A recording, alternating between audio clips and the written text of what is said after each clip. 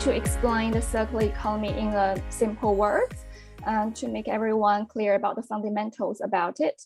Yeah, that's pretty much I will talk about today. Thanks very much for that, Jill. And I'll introduce Dr. Nana Bortsie-Ayree, and a lot of you here would have made contact with Nana through a lot of life cycle interactions, life cycle assessment, EPDs work with Global GreenTag. So Nana is Global GreenTag's lead product assessor, also manages the Global GreenTag Environmental Product Declaration Program. He's a sustainability and LCA specialist, holding a Master of Engineering in International Material Flow Management and a Master of Science in Environmental Policy and Administration. Hello, Nana. Hello, Brett. Hello, everyone. As Brett mentioned, pretty much I will join the conversation at a later stage, just to connect the dots between what Meryl has presented and what Jill has also presented. The focus of what I will be looking to connect from both sides will really be on how what they present relates to carbon, right? As well as how it relates to circular economy. My background has, for the past close to 15 years has been in circular economy material flow management. So I'm specially trained in material flow management, carbon footprint, water footprint, and industrial ecology. So a lot of you here, as Brett mentioned, have been in touch with me before. So well, we'll just wait for Meryl and Jill, and we'll see how I come in here to help.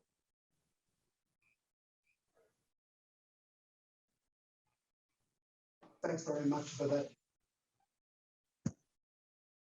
Thanks very much for that, Nana. And one of the things, so I'll ask Jill now to share her screen and bring on her presentation. But one of the important things, if we're going to solve a problem, we first need to identify the issue, the size of the problem, except I guess the problem actually exists. And that's one of the things that Jill is going to typify here and identify where we currently are at in Australia and a little bit about the world. So thank you, Jill. Thank you, Brad, for having me here. So everyone can see my screen, okay? Yep, yes. Let's get started. Yeah. It doesn't move. Okay. Yeah. Thanks for having me here to talk about circular economy. So before we understand the circular economy, I think it's a help to define the linear economy first. So most of the business today operating the linear economy model, which is based on take, make, and disposal model. So basically means we are extracting the raw material from the ground, and then we manufacture and processing them into product we need. And then at the end of it, we create all levels of waste. So when we look at the line here, so a number of problems in each area of it. At the raw material level, we are extracting at a rate that is faster than they can replenish. And we realize that we already are running out of some critical raw materials, and some reserves are running really low. And so now we are going to the other end of the line. So we are producing a huge amount of waste, and this causes serious problem already. One of these methane and the carbon emissions from landfill side, and this leads to climate change. So we are already seeing across the globe. So we need to take the action to change this model. How do we change this to move forward into the future? And a circular economy is our ultimate goal, and it basically means no waste go to landfill at the end of product life. So it's a much more like a fundamental shift in how we think and how we behave and how we consume. In the circular economy world, we need to think about how to shorten the lines, in my opinion. At the front end, we need to stop extracting raw material from the earth, and then we stop producing the waste at the other end of the circle. So I think to achieve this is very much depending on the use of the secondary raw materials, which means the materials already in the system and being used. So rather than extracting the new material from the ground. So looking at the second circle here, so we can see at the front end, the design stage, I want to introduced the concept of eco-design, which means products are designed to be repairable and built to last and easy to retrieve the valuable components from the product rather than extracting the virgin material from the ground again. And the back end of the circle. So we produce, when products reach their end of life, they can be sent back to manufacturer. And the manufacturer will use them as resources to make new products. So this we call the recycling or reuse. However, in Australia, I think the landfill is still the default option rather than recycling due to the low cost of landfill levies. So if you look at the data here, so valuable materials have been treated as waste, not the resources. So just thinking about it, if why business or company, they recycle their products when there's a cheaper option there, they have no motivation to do recycling. So if you go back to this one, so two ends of our economy are broken now. So we need to work on it, work on it very soon. Okay. Now I want to talk about the challenges we may facing to, when we want to shifting the our economy to the circular economy. Firstly, compared to other countries, Australian market is relatively really small, and maybe demand for secondary resources is still very limited at the moment. And the second factor is in 2021, China has banned the waste export. So we cannot export unprocessed separate waste into OEMs in China. So this exporting ban has affected 1.2 megatons of Australian current recycling. But in a good way, they stimulate the Australian government to think about to build more facilities to develop for plastic or fiber or tire recycling in the future.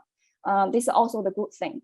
And the main reason why the recycling rate in Australia is still really low is because the landfill disposal cost compared to many other countries is still relatively low. For example, in Europe, if you bury 1 ton waste, it costs about $250. But in Australia, the weighted average is just 100 something. And in most of Australian small areas, the landfill is still really free. It's free or very cheap. So we cannot increase recycling when the landfill rate is so low. So it's the three main factors which affect Australian economy to go to circular. And also I want to talk about the opportunities maybe for OEMs or manufacturer to move towards contribute to the circular economy. So when producing the more complex materials or products, so OEM can seek to avoid the use of materials containing contaminants of concern, such as heavy metals. And one of the concern at the moment is a very hot topic is the PFAS. They are commonly found in the building materials and furnitures at the moment, and they become a big concern at the moment. And next one is manufacturer can engage with a specialist working on the eco-design to develop their products with the mind of end of life in their design. Yeah, and the building materials, aluminum or steel, they have really high like embodied energy into it. So we need to promote higher recycling rate for these kind of building materials. And glass also worth mentioning because we still landfill most of the waste to in now, and because the glass can be reprocessed into the sand, and there's a high value of it, but because of the high wear cost in this process, so we still prefer disposal over closing the loop.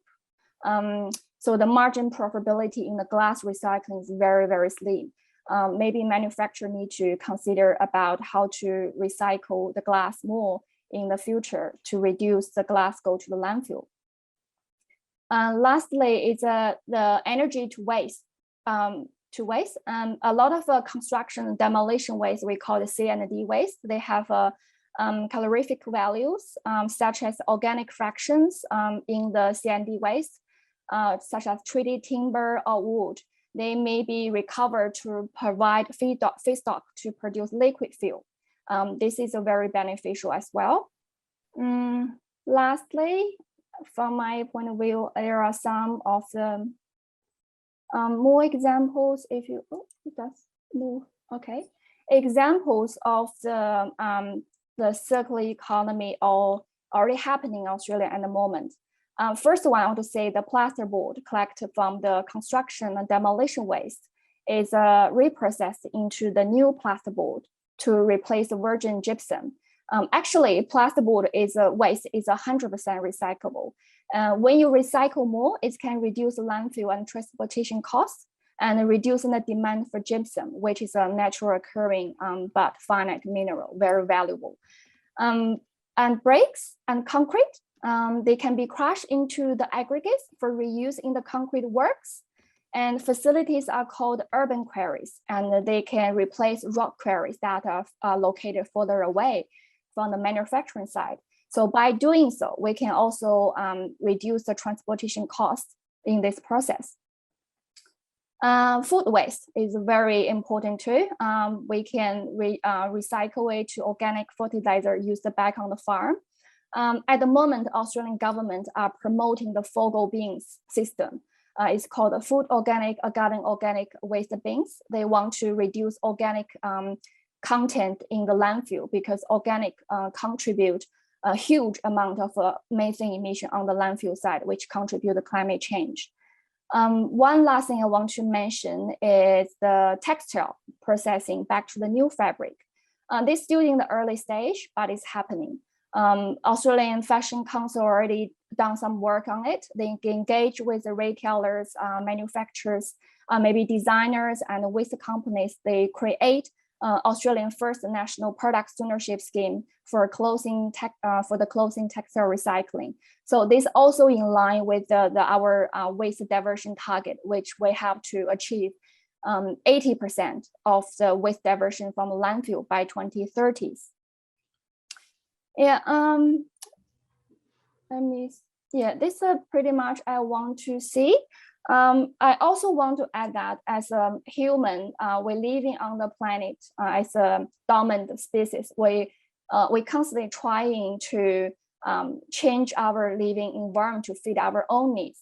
So with a greater dominance, I think come with a greater responsibility to do something now to shift our thinking and behavior to achieve circular economy in the near future.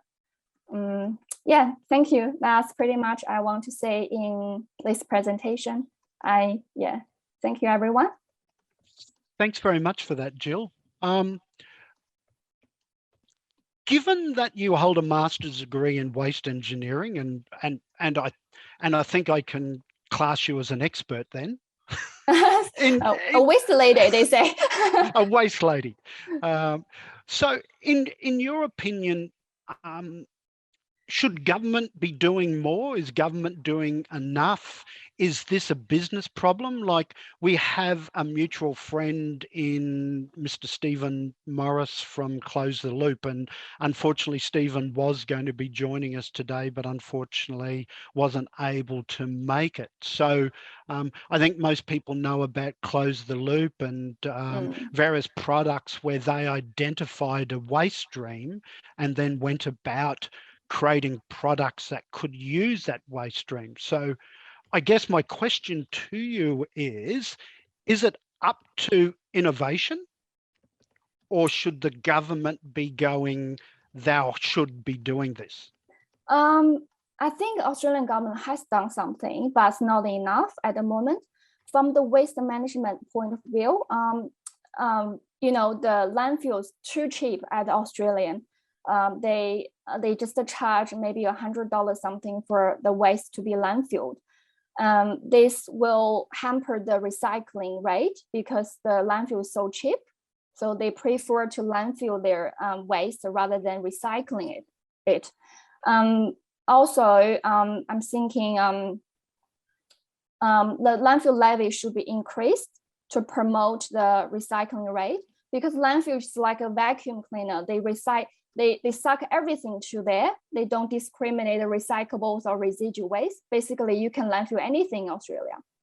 So I think it's a government responsibility to think about it now to increase landfill levy and to promote more recycling in the economy to achieve the 80% diversion rate from landfill site by 2030. It's a big target, and everyone should think about this now. Yeah. Okay. So putting your product assessor's hat on, one of the requirements that a manufacturer who would like to have a product certified is that they need to have a product stewardship scheme in place. Oh, that's very important. Actually, if the client know about it, we do a green rate assessment. There's one criteria there. It's called material optimization. So in that criteria requirements, we require the manufacturer to provide their recycled content in their products. And also, do they have any process or any like a technology can reduce the waste production in their production process? So we do have this, and also for the manufacturers, they need to consider about to create their own product ownership or scheme to promote more recycling and to use the products later when they reach the end of life. Yeah, it's very important. Yeah. And how many manufacturers do you think come to you and they're confused between post-industrial and post-consumer waste?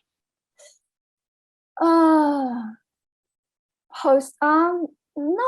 Yeah, a lot of people are really confused about this. I suddenly, I think not many at the moment. I can't think of any. Okay, so yeah. So there's a lot of education out there, and people understand what the difference is between a product that's lived a life and a product that's just a waste stream from a manufacturing process. Yeah, they need to make more understanding of it. Yeah.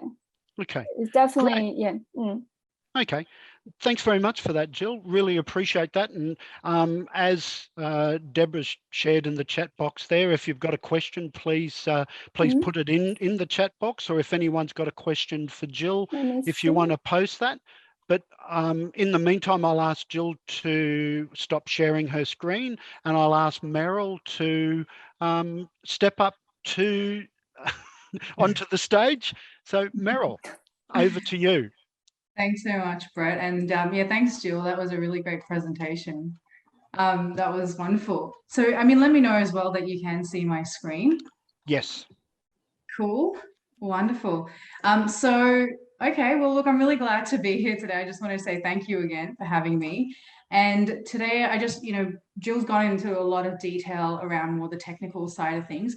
I think to kind of understand the concepts as well here is really important. And so that's where I'm going to hopefully help enlighten people who are not aware of it.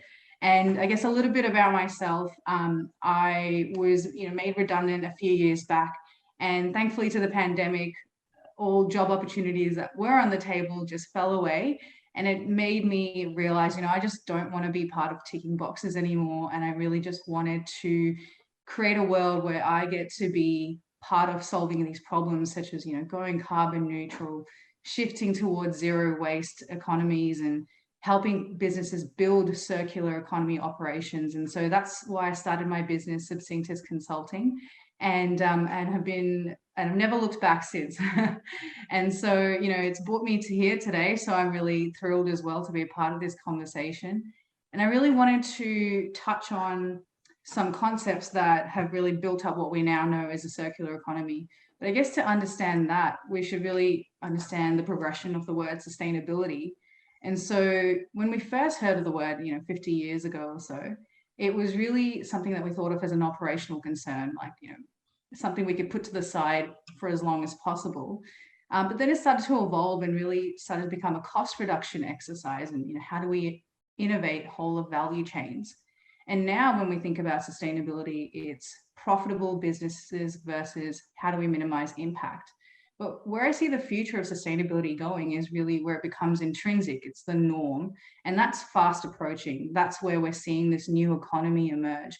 And so the reason I want to explain that is that sustainability is that umbrella term, and it covers, you know, the 4 capital systems like human, social, economic, and economic and environmental. And so similarly with the circular economy, it's the tool we use below the umbrella term, but the umbrella term is actually the donut economy. And look, whatever we want to call it, it doesn't really matter, but I guess it's to understand what are the differences. The donut economy, and sorry to confuse you all, I know we're here to talk about the circular economy, but it's important to understand that the donut economy is that macro level system. It's that umbrella term, and it's how overall our economies are going to look distributive and regenerative. And so it looks at all of the systems that come into play, and, you know, how do we not pass that ecological ceiling where we are really in a space of absolute emergency? How do we sit in that really sweet spot, the spot that's, sorry, my screen's to the right, so if I'm looking over, this is what it is. This is the sweet spot. This is where we want to be, where you actually bite into the donut. You don't want to be below the barriers, and you don't want to be above the barriers. And so we want to be in a space where everybody has equity and access to health, food, shelter, you know, the basic things that all of us need as human beings. And so that's really important to understand, the balancing of societal well-being, to understand then what the circular economy is and how this plays into building an overall harmonious system. And so the circular economy is the model we use at a micro level, and that's at an operational level. Individual businesses can build circular operating models so that they are shifting towards this, this more conscious economy. And so the principles of a circular economy are really about how do we eliminate waste and pollution, how do we circulate products and materials, basically to regenerate nature. That's the ultimate goals of the circular economy. So let me know if any questions come up along the way as well. But what I am starting to see is, in my experience, that there are a lot of shifts now happening that are really driving the circular economy. And so the pandemic is a really great example of this, because with the pandemic, we've been forced to look at how do we change the way we do things in a substantial way, and not just pivot to still be thriving in this new economy, but how do we also use less, and how do we effectively build more efficiency into our commercial systems and our life systems as well. And so we're naturally realizing the importance of more conscious buying habits as well as a result of the pandemic. And so we're starting to see, and I know that, you know, the pandemic has put a bit of a halt as well on some of the important shifts that have needed to continue in this space. But it has opened people's eyes in a great way, because it's sort of an eye opener to what a climate emergency might look like in a very small scale. But it has shown us, you know, what it's like to be stripped away of our basic rights, you know, being forced to sort of consider things like vaccinations. And I know it's such a polarizing topic, but that's the reality of what the pandemic is, and that's the reality of what we will see with climate change as well. And so the conversation around the circular economy and how it's actually not just about doing good for the environment and doing good for people, it's actually even truly an economic system. I mean, it is called a circular economy. And so that should seem obvious, but it isn't just like the word sustainability, where it sort of seems like an altruistic goal, but it's really about building a thriving economy and not stripping away, you know, consumerism consumerism in total, but it's changing the way that we consume. And so we're seeing that there is a lot of economic benefits as we start to adopt a circular economy and help us move towards these sustainable development goals that, you know, a lot of countries, ours included, have committed to meeting the sustainable development goals under, you know, the Paris Agreement, and, you know, meeting the carbon budget as well that's been set globally. So I think, yeah, that's where this idea of being more financially stable is really important. And that's why banks, insurers, investors, they're starting to play a really critical role in the way money flows through our economic system. And circular finance hence the TCFD, has become come to the forefront of this conversation. And if you don't know what the TCFD is, it's really a framework, a financial framework that came into being since the GFC hit in 2008. And they were seeing there was a persistent disruption in the global economic and commercial system. And so this Financial Stability Board was engaged to create this financial framework, and that's when they created the TCFD. And so since then, the TCFD has gained a lot of traction, and it's going to start impacting, if you think about it simply, as more climate averse impacts happen or events happen, insurance premiums simply go up. And so once insurance premiums go up, it impacts the businesses. And if there's no resilience built in your business operations, or you haven't reduced the risks to your business operations, then you're going to be hit not just by the insurance premiums, but also by the impacts of those climate events and how they will disrupt operations and supply chains and procurement and so on. So this is why sustainable finance and circular finance is a really important part of this conversation. And so something to really think about with the TCFD is three things, and these are the three things that I also cover in my book, is really the risks to businesses, the impacts, and the opportunities. So the top three risks that we really identified was around governance, so governance structures within a business, strategic pathways, as well as physical risk. And the funny thing is, when I was thinking about what Jill was talking about, really around our government and whether they are doing enough or not, that was a question that Brett asked, I think.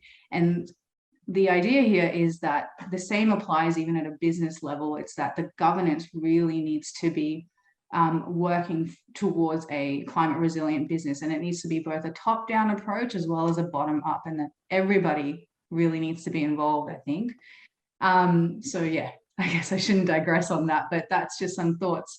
And in terms of financial impacts, the top three financial impacts is financing, so financing for your projects, insurance, and corporate exposure.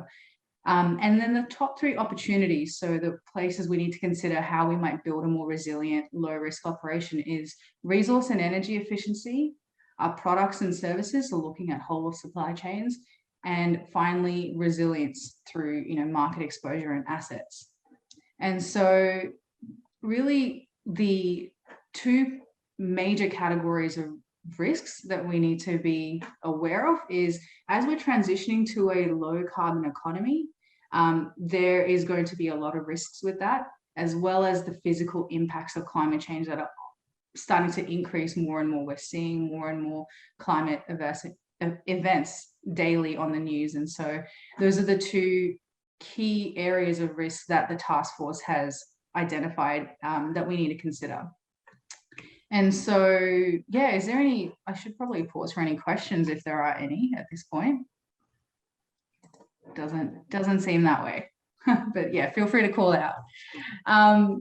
So in particular in Australia, ASIC, so everyone knows who ASIC is, and they've actually indicated that focusing on climate related risks and the opportunities is a really key factor for businesses, and in terms of how they're considered an appropriate and climate diligent operation. And so I think it starts with building in proper governance structures, because that's what then trickles down through all the decision making in your business and helps ensure that you're not only being climate diligent, but it also ensures accountability and measurability in all of your operations.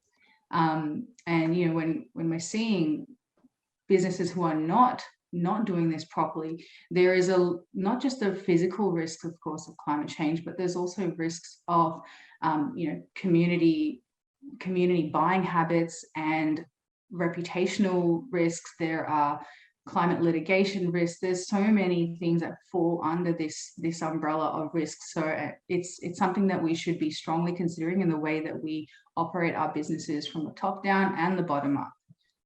And really, just to summarize specifically areas of risks, there are there are a lot. So I guess to sort of summarize it in terms of very clear risk, there's obviously asset damage. So in terms of equipment failure and production and construction disruptions, all of these things are going to obviously impact how effectively you can operate your business and how effectively you can distribute or supply your products to your users and your customers. And so there's huge impacts around assets as well as disruptions to your operations. It can also impact travel and logistical pathways. And so that's not just work-related travel, but also procurement, supply chain breakdown, and finally community capacity. And so the way that people have the capacity to continuously bring in sufficient income, and the way that they're impacting their buying habits.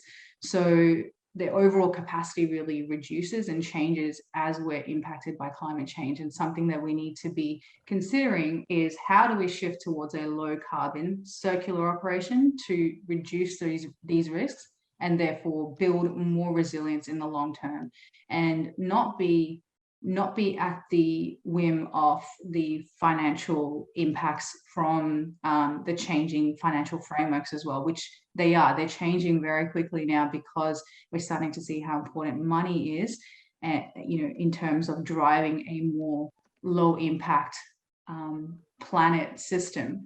So those are the risks, but let's move on to the impacts, right? The opportunities.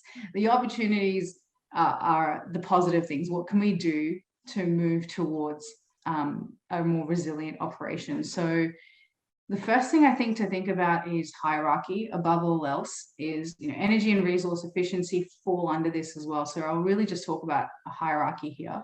So whether you're focusing on energy to start with or resources to start with, I think following the hierarchy of shifting towards a circular operation is really important. So first we'd look at steps of prevention and avoidance. So how do we avoid using certain resources, for example? How do we prevent certain wastages in our operating systems?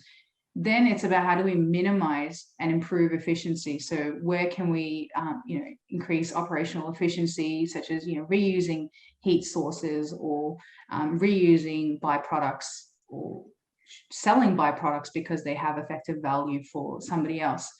The third is overall with our waste, how do we reuse, recycle, and bring in renewables?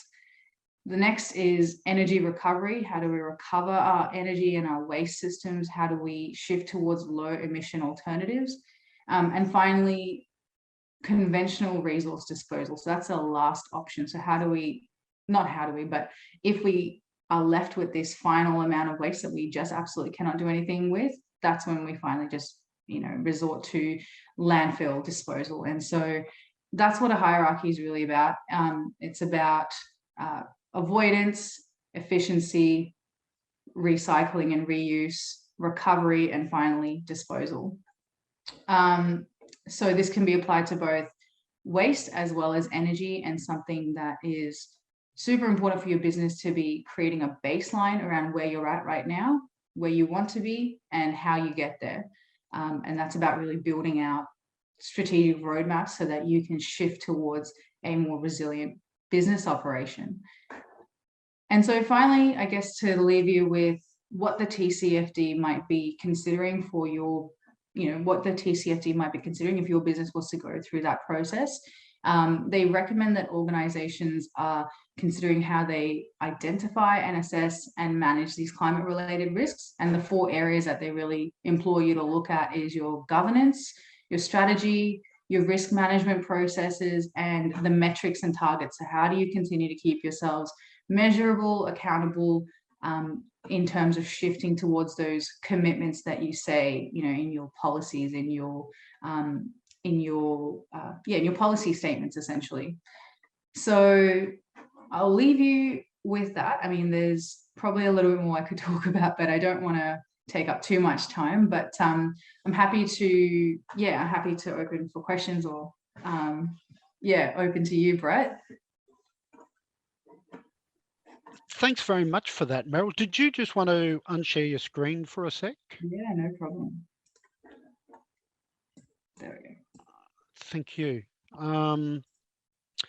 Yeah, look, I was really excited when I read your book, and I must put my hand up, and I'd never heard of the TCFD before, but I was intrigued by, straight away I saw there was great synergy, congruence, when they were talking about resource energy efficiency, products, services, and resilience, to what we're doing here, and in particular in the construction industry, in the built environment sector. Now, I'm not sure whether you can answer this, but one of the problems that I hear from innovative manufacturers is the resistance to builders to use new technology, that they're not sure how it will behave, how it'll function. They're just used to a team of tradespeople coming in, going bang, bang, bang. They know how it works. So do you have any thoughts on how a manufacturer can encourage the building sector to take up innovative products? I think this is a little bit of a philosophical question, actually, to be honest, because I think it's a lot around mindset, and everybody's always sort of resistant to change.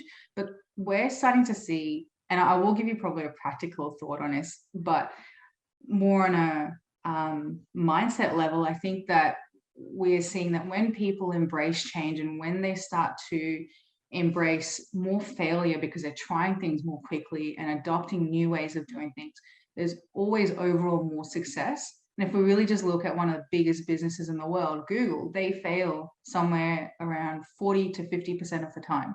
So all of the new things that they try, up to 50% of them actually tend to fail. And that's something they embrace because it means they're trying things more quickly and they're shifting towards a better, more effective operation. And so that's something that businesses at all levels need to be thinking about. And on a practical level, I guess, it's maybe talking about the efficiency. So maybe if there's an efficiency gain or there's a cost savings gain from using this new equipment, then measuring that in some way and conveying that to the businesses or the tradespeople that need to use the equipment, then that's one way to consider bridging that conversation, because that's a lot more practical. Okay. Thanks very much for that. And I've just put your book up there on the screen, the ABCs of the TCFD. It's a great read, very enjoyable, and there's for me, it was an eye-opening read. A lot of things that I just didn't know. Thank you. Do you mind if I share the link to the book in the chat? Yeah, absolutely. Okay, great. Now, thanks for sharing that, Brett. Pleasure. So at this stage, what I'll do now is introduce Dr. Nana into the conversation. And Nana, as we know, is a life cycle expert, has been around global GreenTag a lot of years, is really focused on products and getting products into the construction industry, and certainly in a low carbon mindset. So Nana. Thank you, Brett. Thank you, Jill. Thank you, Meryl. I would like to share my screen, but I don't think it will be relevant. Listening to Jill and Meryl, I pretty much wrote down a couple of questions relating to what they were talking about. Well, when it comes to circular economy and its practicality for manufacturers, dealing with manufacturers, you always tend to get the question of the financial benefit of what this is all about, what they're going to get from it. That is the trade-off there, right? If I am going to implement circular economy principles in my manufacturing process, what will the benefit be to the business? Am I going to kill my business whilst I do this thing, or will I have a business that's still surviving? Listening to them, pretty much what the built industry is trying to do is pretty much trying to reward manufacturers who actually go the extra mile. GreenTag, as a certification body through our services, also does that. Jill mentioned the part about product stewardship and also mentioned material extraction as some of these indicators that we use to reward manufacturers. So if a manufacturer comes in and they use recycled content in their product, automatically the product pretty much is exempted from certain assessment. This is one reward, right? Also from a product stewardship perspective, that also helps them achieve a higher level, right? On the LCA aspect of things, when we talk about carbon emissions and carbon footprint, and we talk about other carbon rating. When it comes to that, materials not going to landfill, but pretty much coming through the cycle as raw materials also get rewarded because these are avoided emissions, right? The question that we keep on asking when we keep on asking industry people, the industry is really, how do we encourage manufacturers to actually take up circular economy principles? And I think if some of you are very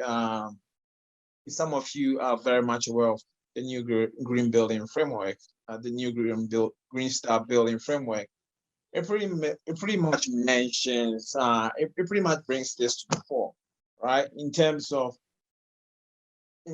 how do we implement circular economy in the built industry, pretty much comes to the conclusion it's through two ways, either through design or through material selection. And this is where, as manufacturers, through design, a lot can be done in terms of pretty much design the building up to the build stage. When it comes to the material selection, that is where materials get rewarded for using recycled content and all, right? So similarly, it comes down. So you come down from how do you implement circular economy in the built industry, and it flows down to how does that affect carbon footprint, right? That comes back to what Jill mentioned in terms of eco-design, looking into products to choose less carbon intensive raw materials to manufacture products. But that also brings up the question of whether those new raw materials that you're bringing in place the same functions as the previous alternative materials that was being used in the product before. So it's not, when we talk about circular economy and this practical practicality in the manufacturing industry, there's a lot of factors that come into play. You taking a component out of a product means you'd have to replace it with a similar component that pretty much performs the same function, right? And this is where eco-design comes in. So it has to perform the same function. And this is what we are working on going to the future in terms of how to help manufacturers. And I'm glad that Brett has brought the ethical manufacturers group up. So going forward, this is becoming a hot topic within the team, and it's becoming something that we think that we can bring manufacturers on board to help, right? To be able to influence stakeholders and to influence policy and all. So going forward, I think what we'll be doing is we'll be touching base with people who want to be part of the ethical manufacturers group. There has to be a reward on the side for manufacturers to be able to want to implement some of these changes into their processes, right? And the rewards exist. So if we can help them, assist them in any way to achieve those rewards, as well as help them also build resilient products that function as they would when certain or when replacements are put in place, then why not? So that's just a little I can add to it. I know we're running out of time, and I will just we will touch base with everyone involved in terms of the ethical manufacturers group, but at this stage, I think I'll leave Brett to open the floor for questions. Thanks very much for that, Nana. And for those interested in joining, please reach out to the team here at Global GreenTag. And if you want to be part of the Ethical Manufacturers Group, we're really excited to have people who want to come on the journey with us. You can see there's the definition, a holistic approach to manufacturing process that focuses on good health for all involved. This means that a product's design, creation and use maintains sustainable standards, that the item and the process of making these has a positive impact on communities.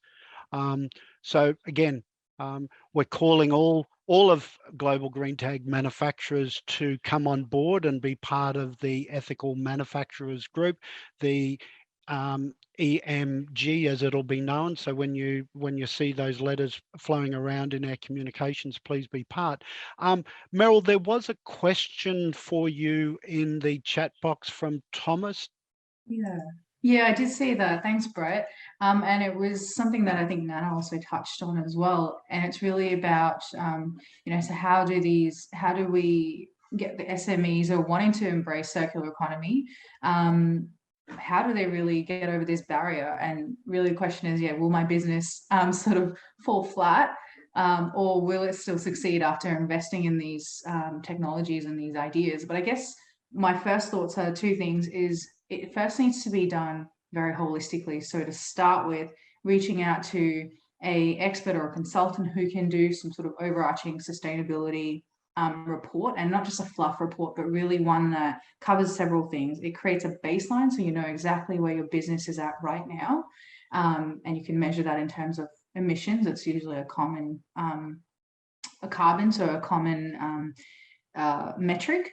And then once you've created a baseline, knowing based on your business goals and the global shifts in the economy and the way that our system is, like, you know, so things like the UN SDGs and how they're impacting the way our country and our operations are going to work, knowing where you want to be, and then creating a roadmap to get there. And I think once you have that roadmap, a good consultant will have a implementation plan. And this is the second part to this answer, is that it needs to have strategic stepwise approach where you're leveraging, say, if cost is a factor that's limiting the business, then how do we leverage the low cost opportunities that can then build out economic benefits that can be used for the bigger opportunities and go from there. But I will end with saying that there's always going to be a higher cost point with sustainable and circular solutions at the start, almost always. But the overall resilience that you build into your business and the lowering of risk in your profile is going to far outweigh those initial costs. So yeah, that's my initial thoughts. So, thank you again, Meryl. Jill, was there anything you wanted to close off with?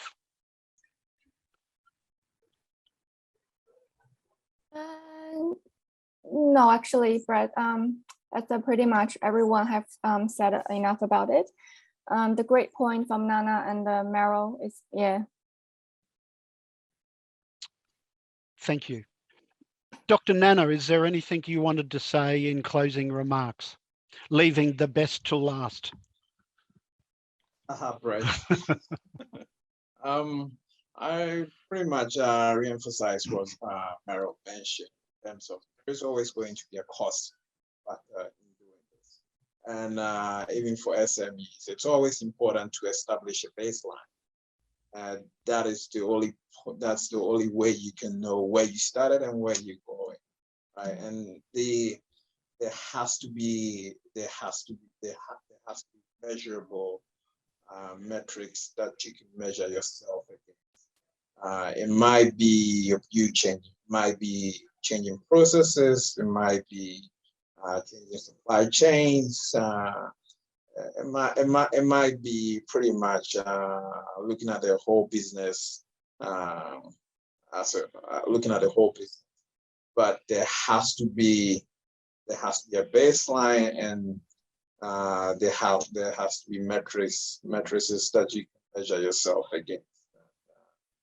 There will definitely be a cost to it, but as she mentioned, it's more of a long-term view when you look at some of these things to safeguard. So that's just my addition, really. Awesome. Thanks, Nana. Look, I just want to, sorry, just a bit of feedback. I just want to say a really big thank you to all of our international audience who have joined us. They're just sitting there quietly watching, but thank you to our friends in Kenya, South Africa, our friends in China who have joined us. There's some people from New Zealand I see there as well, and Malaysia. So it's really great that we've got an international audience of people who are coming to be part of our conversation series. I'd just also like to acknowledge David Baggs, the CEO of Global GreenTag and the program director. I see David is sitting there. David, did you just want to say a few words as some closing remarks on the subject?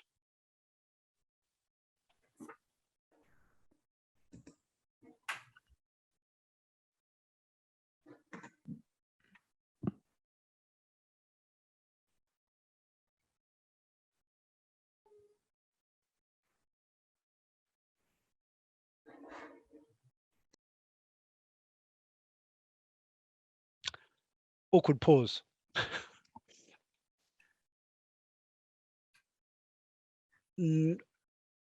Some little technical issues there with David. I see he's there, but unfortunately can't come on. But look, thank you everyone for joining the conversation. We've got some really great subjects coming up in the next couple of months. We're just in the processes of bringing together a presentation on Saudi Arabia and the booming market there for construction materials. So hopefully in the next month or two, I can get that confirmed and send out invitations to join that conversation. I think we've just, as you'd all acknowledge, we've only just touched on circular economy here. I'm sure there's many more series we can do, lots more conversations. And again, I was looking forward to having a chat with Steve Morris from Close the Loop, because he was the, I guess, the powerhouse behind Downer and a revolutionary bitumen product called Toner Pave.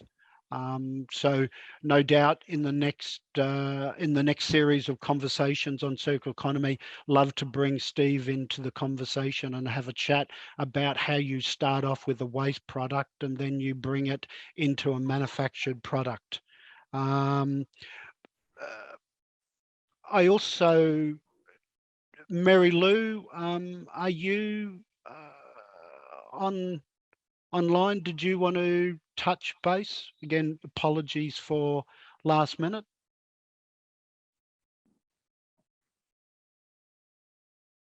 And for those that don't know, Mary Lou Kelly is the Managing Director of Global GreenTag and a co-founder.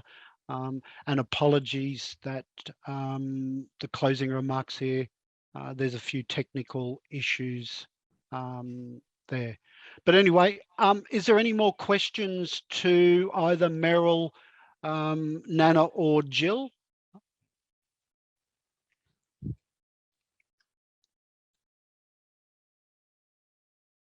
No problems. Anyway, thanks everyone. Thanks for joining the conversation.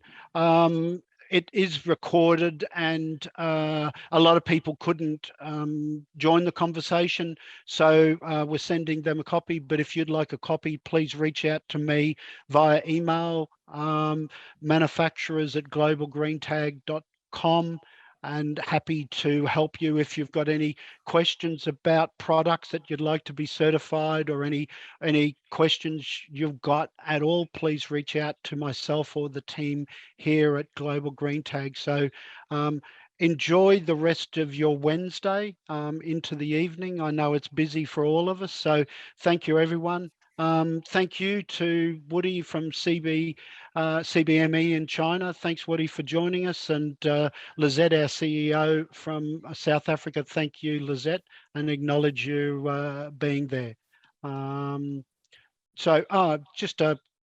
From Jenny, thank you everyone. Can't agree more that eco design and ethical manufacturing so important, and specification for building products that use products certified by Global GreenTag. Great to see circular economy and donut economics talked about. So thank you for that comment, and I'm sure Meryl will really appreciate that. Thanks very much, Jenny. So thanks everyone. Look forward to seeing you next month. Bye for now. Thanks, Bye. Bert. Thank you, everyone. Bye. Thank you.